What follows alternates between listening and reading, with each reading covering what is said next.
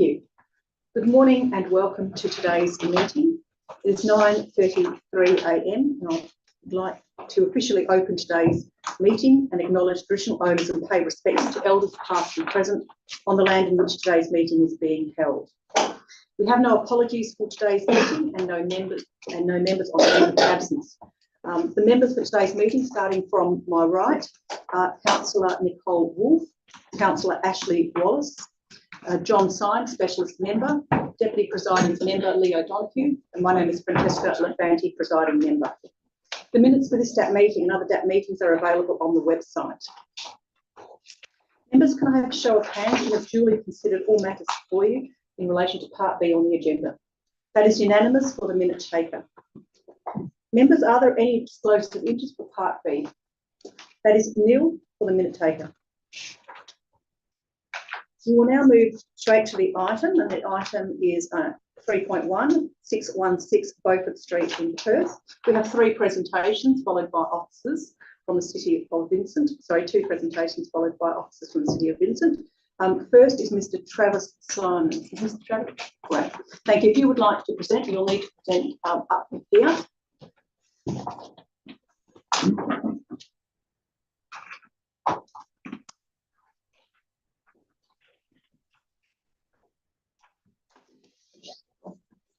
Good morning, panel chair, panel members and councillors. Thank you for the opportunity to speak to you today. My name is Travis Simmons. I'm the owner of the Ellington Jazz Club, located at 193 Beaufort Street, which is also a heritage listed building recorded by the City of Vincent. I am the adjacent neighbour to the proposal that is being considered today, and broadly, we support the development plan, provided it is appropriate and respects the existing surroundings. The Ellington has a 15-year history of providing world-class live music and music spaces for the community to enjoy, and currently offers live music 7 days a week with 10 shows per week. We are licensed to trade 6 p.m. to 1 a.m. Monday to Thursday, 6 p.m. to 3 a.m. Friday, 12 p.m. to 3 a.m. Saturdays, and 3 p.m. to midnight on Sundays. As live music venues close around Australia at an alarming rate, it is our belief that live music premises need to be supported and protected as much as practicable when considering developments such as the one in front of you today. As such, I would like to thank the officers at the City for their hard work with the application, including them considering the feedback from consultation and including conditions regarding dilapidation reports and acoustic controls. I'm also heartened to note that the applicant, in their response to the submissions, also note and acknowledge the requirements for these controls as well. With this in mind, we, as the adjacent entertainment venue, have no objection to the proposal, but would request the panel ensure that proposed conditions 6.1, 6.2 and 6.3, as well as conditions 7.1 and 7.2 are placed on any approval granted by the panel here today to ensure that both the Ellington Jazz Club is safeguarded against any potential impacts of the development and the future residents of the proposal as appropriate noise mitigation in place. Thank you. Thank you for your presentation. Are there any questions from panel members to this presentation? Thank you very much. We will go to our second presentation. Adrian Dew would like to present.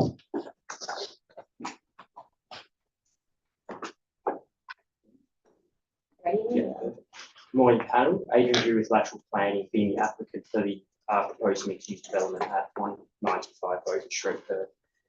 Firstly, I'd like to thank the City of Vincent for their assistance in progressing the application and their comprehensive, very comprehensive responsible authority report. The RAR thoroughly addresses all of the relevant matters and the design development process, the response to community submissions and the technical considerations. We're supportive of the City's recommendation for approval and the draft conditions as presented in the RAR. For context, over the past 12 months, we've worked diligently with our project team and the City to reach out the outcome that's been considered today. We've engaged in 3 formal design review panel referrals with an additional DRP chair referral, resulting in 8 greens and 2 oranges, with each review leading to what we can say are significant improvements in the design. In particular, the DRP heritage specialist, Mark Beattie, and our heritage consultant have worked closely with our project architect to achieve a design that integrates harmoniously with the adjoining Ellington Jazz Club, which, as mentioned, is a heritage building. This has involved considerable effort to refine the facade and the overall design. Separately, as it's addressed in the RAR, we acknowledge the submissions that we received during the consultation process, primarily related to the residential components impacts on the potential impacts on the Ellington Jazz Club. I'd like to point out that this is a mixed-use precinct. Multiple dwellings are a permitted use in a mixed-use zone. However, we have worked closely with our acoustic consultant on a unit-by-unit basis to provide design solutions to ensure the noise impacts from Beaufort Street and the Ellington Jazz Club are adequately managed in accordance with the noise regs. With the inclusion of the conditions and notification relating to acoustic considerations as contained in the RAR, we're confident that the interface between the proposed development and the surrounding noise sources can be managed appropriately. The conditions related to construction management and dilapidation reports are also supported. In summary, we believe this development represents a significant opportunity to activate what has been a dormant site for quite some time, and it will provide substantial benefits to the community. Thanks for your time, and we respectfully request the panel's support for the application, and I'm joined by Leo, the project architect, and Alan Stewart from our office if you have any questions. Thank you. Members, are there any questions to this presenter? Thank you. No questions. We will now go to officers at the city. Would you like to come forward? Thank you. If you would like to make some comments on the proposal, and I will foreshadow an initial comment. I'd like to hear from you specifically in relation to noise and noise management, both in the context of the regulations, but I'm particularly interested in the context of existing development, the Ellington Jazz Club. And I want to just have you talk through that. I know there's a lot of information in the report, but I'd like you to focus on that as part of your comments. Thank you. Great. Thank you. I didn't have anything else to really run through, so I can jump straight through to that commentary about the noise and our assessment of noise in the context of the proposal, and specifically in relation to the Ellington.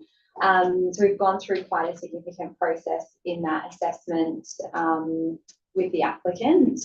So in accordance with the noise regulations, as well as our sound attenuation policy, which seeks to go above the noise regulations in actually protecting existing live music venues. So it's really sought to balance the protection of apartment residents and also the live music venue. So our health team have been working with the applicant through a number of revisions through the acoustic report to ultimately get it to a stage where there are a number of design measures, including glazing and the tilt-up panels, that would appropriately mitigate noise impacts to the residents from the live music venue and also Beaufort Street. So we're satisfied that these measures would meet the noise regulations, and that the building, through the conditions of approval, would be therefore constructed in accordance with those requirements in the acoustic report and satisfy noise, the assigned levels of the noise regulations. We've sought to go that step further of including the certificate on, the notification on the title, to also notify future residents of the noise impacts when purchasing the property. So that, yeah, it's that end-to-end capturing of future complaints, essentially. In terms of future noise mitigation and monitoring once the building is constructed and up and running, we've considered how future complaints would also be dealt with if they are received, just trying to project forward and consider future proofing once residents are in, and obviously through the notification of title, but also in terms of obviously the Ellington has been running for a long period of time. A desktop review's found that there haven't been previous complaints from the venue to surrounding apartments. So of our understanding that it's well run and they're managing noise well as a premises. Any future investigation would essentially consider the reasonableness of noise impact if the venue was to make significant changes to its operation, say changing from a jazz club to a different sort of nightclub. That might be considered unreasonable noise, and the city would play a greater compliance enforcement regime, but we're confident that based on the measures in the acoustic report, conditions of approval and safeguarding the notification on the title, that noise could be managed appropriately to manage both uses essentially. Thank you. Members, do you have any questions to the officers? I just had a quick one. It's only tangentially related. So advice note 9 requests the applicant get a work zone permit. It's not, I probably should know what that is. It's not something I've come across. Could you describe that process? Yes, so that is in relation to the construction management plan, Yep. and specifically in relation to management of the right of way and any use of on-street parking bays throughout the duration of construction. Okay. Yeah. So So kind of in addition to the condition around requiring a construction management plan, it includes review of that plan. Traffic management. Yeah. Okay. Yeah. And that is in relation specifically, there's some commentary in the report about how they'll manage construction due to the constrained site and buildings surrounding the site. So the work zone permit is likely going to be needed because they will rely on on-street parking bays and the right of way for a portion of the construction period. That's all. Thank you. Any further questions from panel members? If there are no further questions, we move straight to the RA. Recommendation is at the beginning of the agenda. Recommendation is for approval. Is there a mover for the RA recommendation as it appears? It is moved, Councillor Nicole Ward. Is there a member Nicole Ward, I beg your pardon. Is there a seconder for the item? It is moved, member Ashley Wallace. I'll second it. But yeah. Did I say that? You said move, isn't it? Oh, sorry, moved Nicole Ward, seconded Ashley Wallace. I beg your pardon. Would you like to speak? We move like speak for it. Thank you. I'm pleased to support this application. I'm comfortable that the proposal is consistent with the objectives of the planning framework.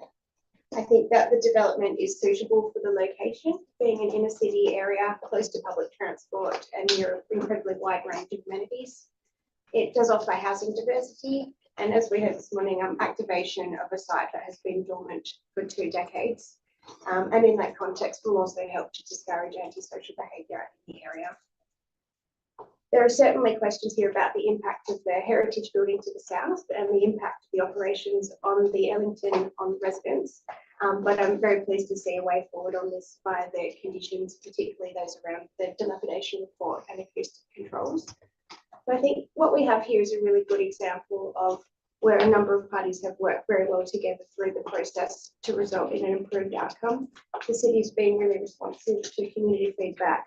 The providers of the Ellington have been deeply engaged in the process, and the applicants put in significant work in the DRP journal. That's improved the final design, and I look forward to the bill progressing. Thank you. Would the secretary like to speak to the item? Yeah, thank you, Chair. I'm also very supportive of this one. I think, thank Mr. Simmons for the presentation this morning. The Jazz Club next door is significant. It's got great built heritage values that I think this proposal is respectful of. It also has really significant cultural values in the city, given its 15-year operation. I think the acoustic treatments and conditions around that are useful to protect that ongoing use. With respect to I think it's been a very useful DRP process again, so I thank the applicant for working with our DRP and the panel members for their work. With respect to a couple of items that were pending further attention, I think an all-electric build would be fantastic, but I think that's something I'd like to work with the city with separately to see what we can enforce around that. And the introduction of the balconies behind the Beaufort Street facade, I agree with the admin's comments on that as well. Yeah, I thank admin for a very detailed report on this, and I'm in general agreement with the acceptability of where this proposal is asking for discretion. So happy to support. Thank you. Are there any speakers on this motion? Yes, John. Yes, thank you. Look, I like this development a lot. I know the area well, and I know it pretty well as well. And I must say, it's been worked through at a level of fairly fine detail, I think, which is unnecessary. Indeed, it's turned out a very sophisticated response. I think. I think the acoustic measures are entirely are very detailed and are entirely appropriate. What I do like actually is the treatment of the heritage streetscape There are not that many good examples in the the new Northbridge area, where heritage has been satisfactorily integrated into the streetscape. Down Newcastle Street, there's a lot of developments that you might think could have done a bit better. And this is one which is outstanding, I think. I think it fits within the streetscape extremely well. It fits the heritage facade expertly, and I think you've done a very good job on that. So I think this is a very good development. I think we can support it easily.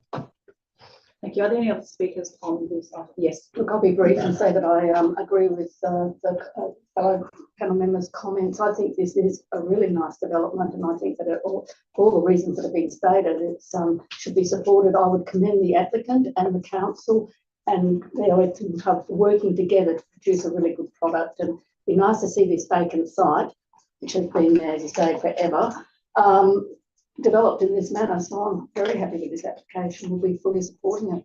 Thank you. Thank you. I'll just make a few comments. From my perspective, also supportive of the proposal. It complies with the planning framework. There are a number of variations. They are minor. They include some variations around height and setbacks in the context of the location and in the context of development surrounding it. I think it's suitable and appropriate as listed in the agenda. Overall, the development is an excellent development on that side, in that particular location. And it's great to hear that the acoustic measures have been thoroughly investigated and included in this documentation, because like most people have expressed already, the importance of keeping the area, a mixed-use area, is to maintain the vibrancy and mix of uses. And residential is an appropriate use in this area, but so too is those interactive venues, including the live music venues. So it's great to see that there's been a lot of detail worked through relating to managing the noise and the acoustic measures to support both developments in that area and a broader area. Those are my comments. I'll hand back to the move for right and close the debate. No further discussion. We are now going direct to the vote. All those in favour? It is unanimous for the minute taker. We will now be exiting. Oops, sorry, let me say that. In relation to Part B, there is nothing further to go through, and we will now be changing panel members. It's 9:51, and we'll be changing members to City of Stirling members. Thank you, everybody. Thank you. Thank you.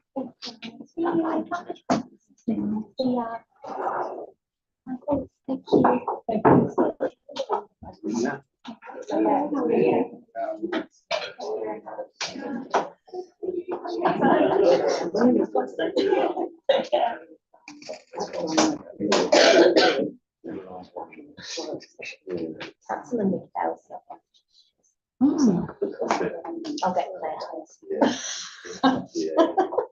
And that's remember me. I won the day, but it was pretty up. Yeah.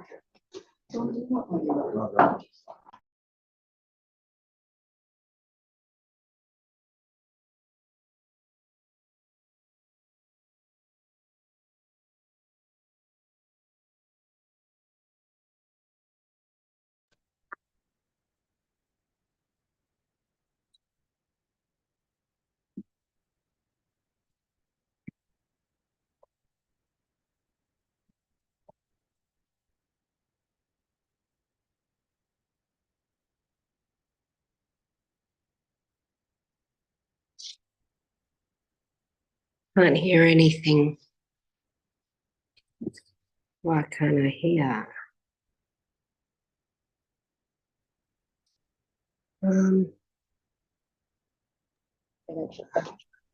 Now I can hear you. Can you hear me? Yes, we can. Great.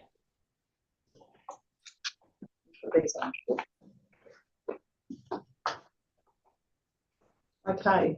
Good morning. Just checking, we've got member Suzanne Migdale. Good morning. How are you? Well, I've got a cold, but I'm okay. Thanks. How you going? Good, good. And we've got member councillor Michael Dudek. Is that how I say it, member Michael? Oh. Yes, I'm here. So I didn't quite hear what you said. pronunciation of your surname. I said Dudek. Dudek. So just as if it's Doodek. Dudek. Okay. Thanks. Thank you.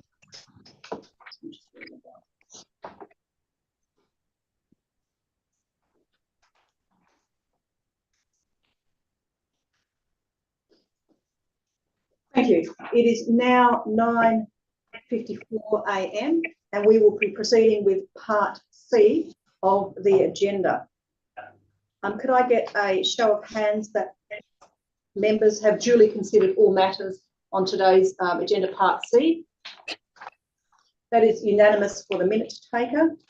Members, are there any disclosures of interest in relation to part C? That is nil for the minute taker. We will now move straight to the application, which is item 3.1, Osborne Place, for 22 multiple dwellings. We have two presenters. First is Regan Kate from Dynamic Planning, and then we will go to officers at the City of Stirling. Regan, if you'd like to present.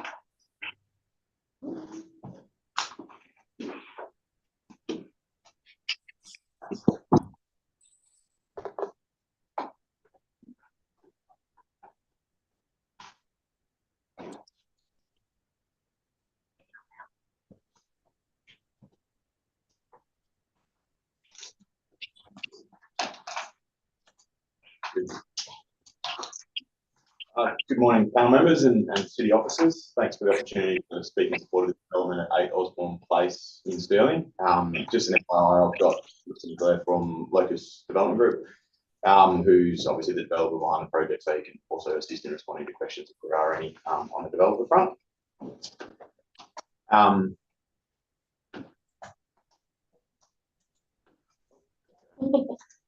Firstly, just want to express support for the officer recommendation of approval and all conditions that the city have proposed.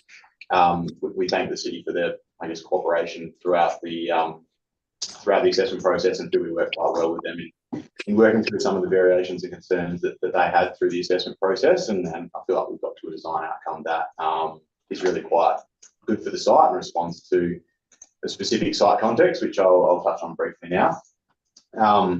The site itself is somewhat unique with regard to its location at the end of the cul-de-sac. It abuts the freeway and it has a park across the road. That unique site context definitely contributed to a level of support for some of the variations that we are looking at through this application, specifically a primary street setback variation to the end of the cul-de-sac, some reduced setbacks toward the freeway boundary, which really has no impact on any adjoining properties, and then also the removal of communal open space as well, given the park across the road, and also a surplus of private open space within the development site itself.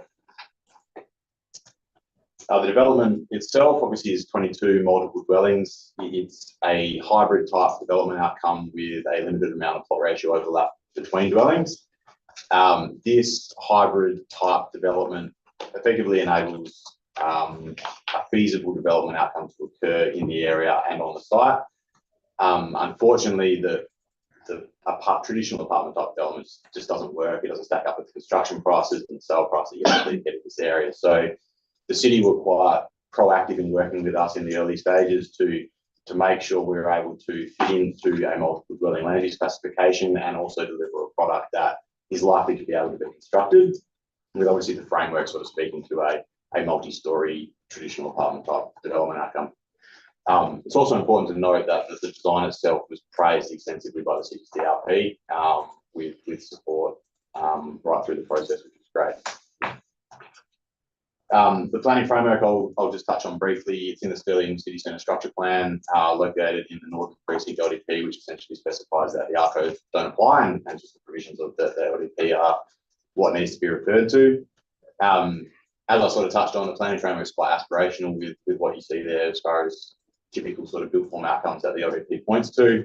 Again, it's simply just not feasible, and I guess the preference or the desire from the developer in this instance is your more traditional or a multiple dwelling product that sort of looks and functions like a townhouse product.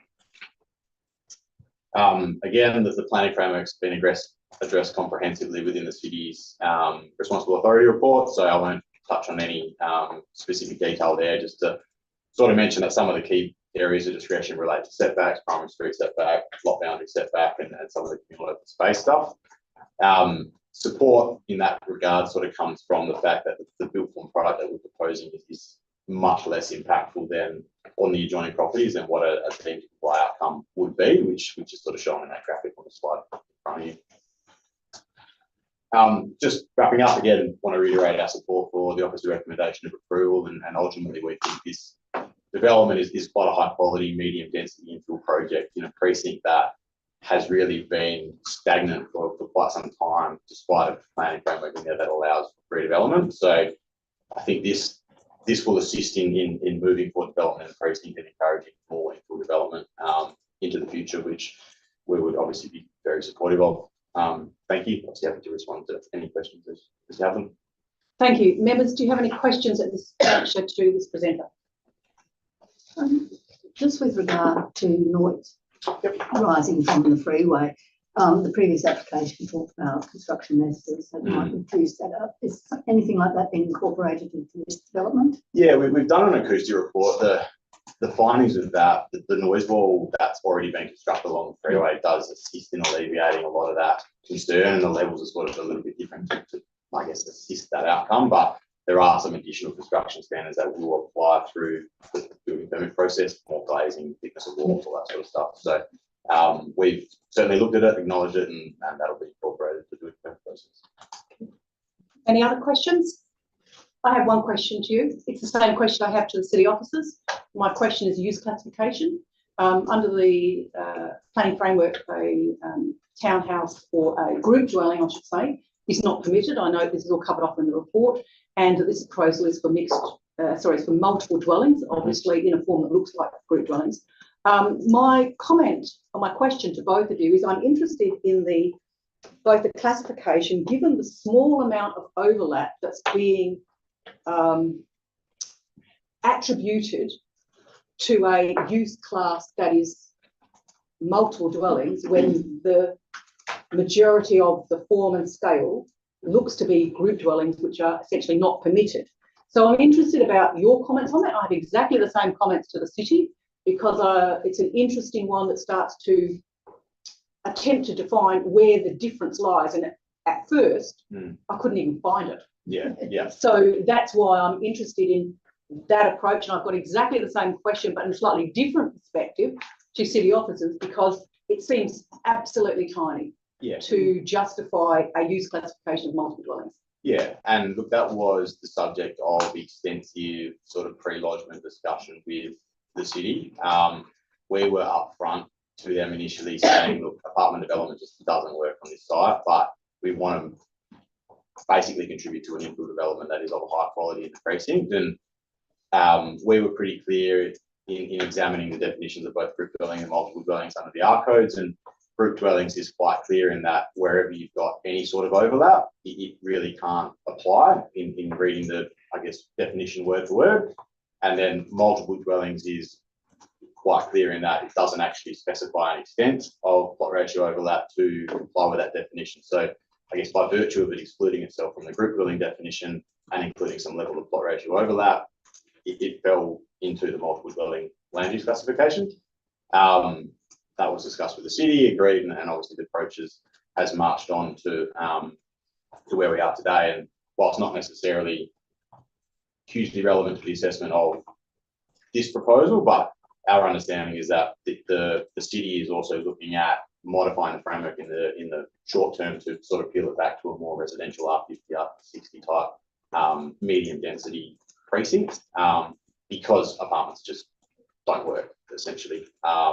So whilst the framework prohibits group dwellings now, and I guess that's the framework that the application is being considered under today, the intent will certainly be in the future will be a more similar development outcome to what's being proposed today.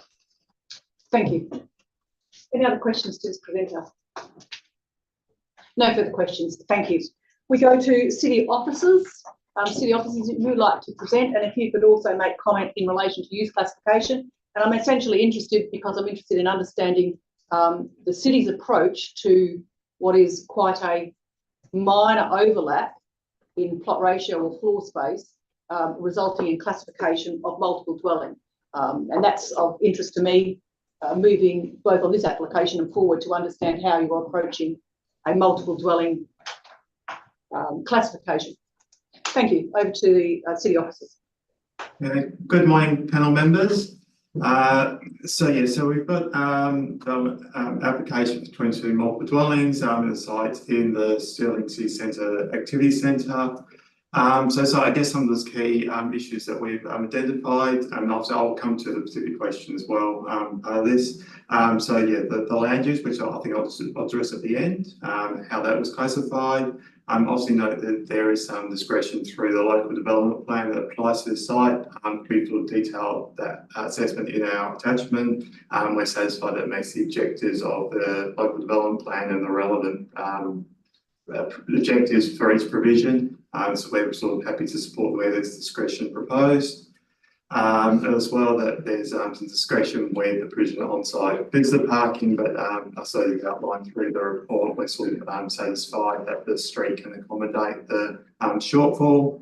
Probably also note that there is some discretion with the application of State Planning Policy 5.4 with the road noise from the freeway. Of the applicant has prepared acoustic modelling. I guess there are a few of the outdoor living areas that do have a higher level than target, but I think in summary, we're happy that the criteria that there's not really anything more that the applicant really do, knowing there is already an existing noise wall right against the boundary of the site. I suppose with the land use, ultimately, we've got the scheme that comes down where multiple dwelling is a P permitted use and group dwelling is an X prohibited use. So the definitions through the scheme ultimately refer to the residential design codes, I suppose, for the relevant part of this. So it goes in saying that we've got more than one dwelling on the lot. So it says that where any part of the plot ratio area of a dwelling is vertically apart, the plot ratio area of any other, and some exemptions which don't apply. So the plot ratio is sort of like the internal floor area, including like the walls of each dwelling. We've checked that each dwelling has some degree of overlap between another dwelling. So in most cases, it's something like a linen closet or part of the wardrobe. So I suppose as a land use, we're happy that technically they're all multiple dwellings, and as a P use, we can't really start refusing it on land use. So then I suppose as a built form outcome, 2 stories is a permitted built forms, meaning the minimum built standards for it. Everything else has been assessed under the local development plan or in a handful of provisions of the apartment design codes, which are specifically referenced in the local development plan. So I suppose the distinction with the townhouse topology isn't sort of that relevant a factor in our view. Thanks, through the chair, if I can just add to that. The city does acknowledge that the developments do present as townhouses. Ultimately, they do comply with that definition, as Cameron's mentioned, on the R codes. The city doesn't really have discretion to challenge those definitions, although I guess it is acknowledged how they present. So that's simply the technical assessment process that we do have to follow. Thank you. So I suppose, as well, if there's any queries with our assessment or the planning framework or our recommendation, obviously happy to take questions from panel members. Thank you. Panel members, do you have any questions to city officers? Thank you. If there are no questions, we move straight to the agenda.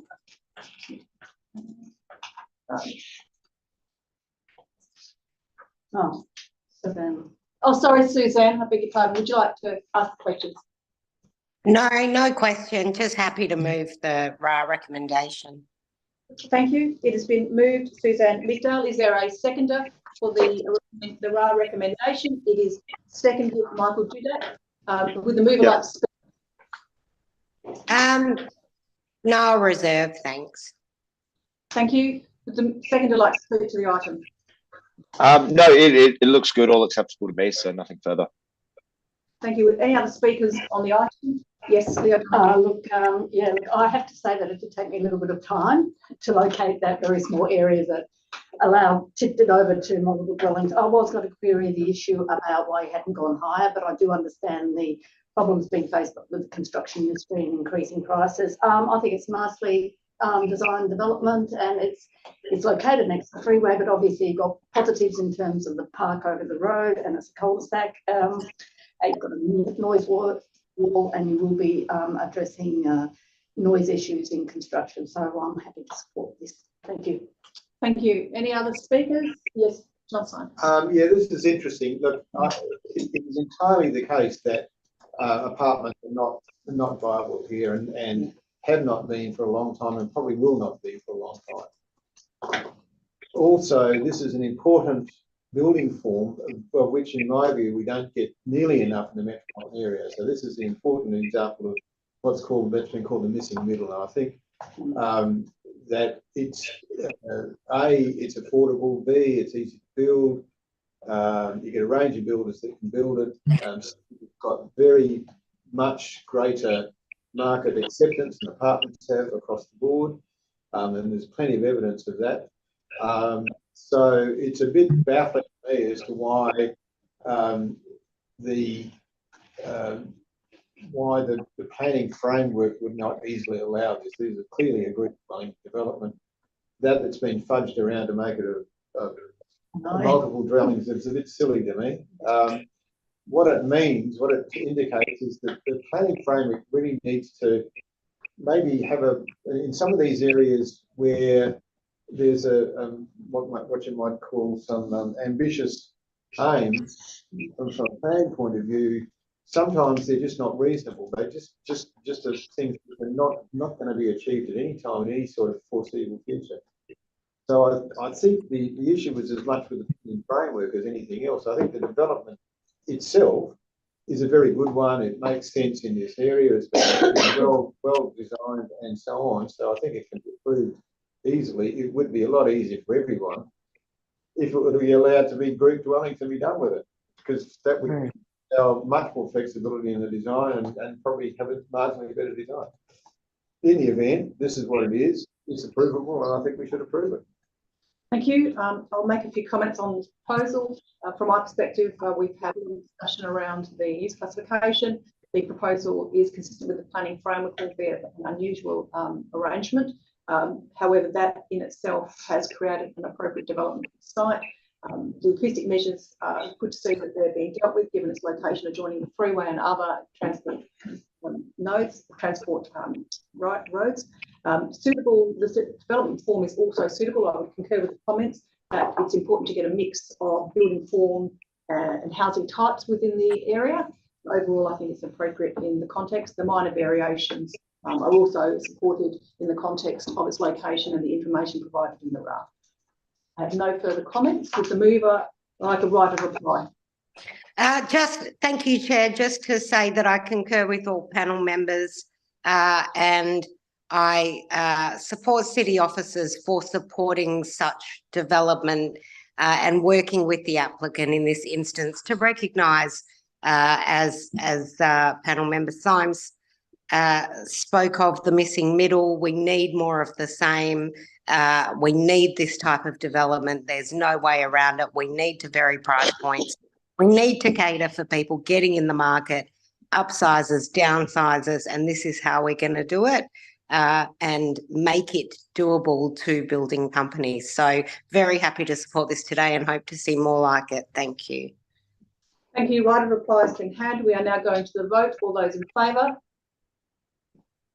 That is unanimous for the minute taker. We move back to the agenda. There are no Form 2 applications. There are no SAT 31, Section 31 reconsiderations. The SAT applications and Supreme Court appeals are listed in the agenda. There is no general business, and accordingly I close today's meeting at 10:13